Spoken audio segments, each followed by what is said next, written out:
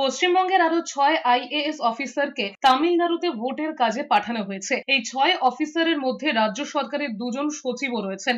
শুক্রবারের মধ্যে তাদের তামিলনাড়ুর নতুন অ্যাসাইনমেন্টে যোগ দিতে বলা হয়েছে। এই তালিকায় রয়েছেন 2013 ব্যাচের আইএএস প্রীতি গোয়েল, 2014 ব্যাচের সিয়াদ এন, 2010 ব্যাচের অরবিন্দ কুমার মিনা, 2009 ব্যাচের রানী এ আয়েশা এবং 2006 ব্যাচের পি উলগানাথন।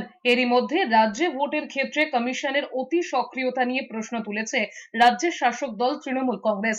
মুখ্যমন্ত্রী মমতা বন্দ্যোপাধ্যায় বৃহস্পতিবার সকালে নজিরবিহীনভাবে বদলির প্রসঙ্গ তোলেন এবং তীব্র সমালোচনা করেছেন। এর মধ্যে খবর, বিচারাধীনদের প্রথম তালিকা প্রকাশের বিষয়ে শুক্রবার সিদ্ধান্ত নেওয়া হতে পারে।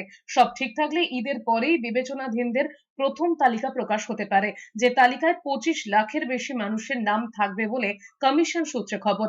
এর মধ্যে বৃহস্পতিবার দফায় দফায় কলকাতা হাইকোর্ট এবং রাজ্য প্রশাসনের মুখ্য সচিব, ডিজি, সিপি সহ পদস্থ অফিসারদের সঙ্গে দফায় দফায় বৈঠক হয়েছে কমিশনের। এরই মধ্যে বিজেপির তরফে অভিযোগ করা হয়েছে তাদের প্রার্থীদের বিরুদ্ধে কতগুলো এফআইআর হয়েছে সেই বিষয়ে রাজ্য প্রশাসনের তরফে সঠিক তথ্য দেওয়া হচ্ছে না, যার ফলে নির্বাচনী হলফনামায় ভুল ত্রুটি থেকে যাবার সম্ভাবনা তৈরি হয়েছে।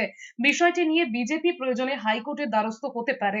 অন্যদিকে চলতি বিতর্কের মধ্যেই বিধাননগর এবং শিলিগুড়ির পুলিশ কমিশনারকে আপাততভাবে অন্য কোনো জায়গায় বদলির নির্দেশ রদ করেছে কমিশন। অন্যদিকে কমিশনের বদলি করা 15 জন আইএএস আইপিএসদের বর্তমান পোস্টিং সংক্রান্ত একটি তালিকা প্রকাশ করা হয়েছে রাজ্য প্রশাসনের তরফে।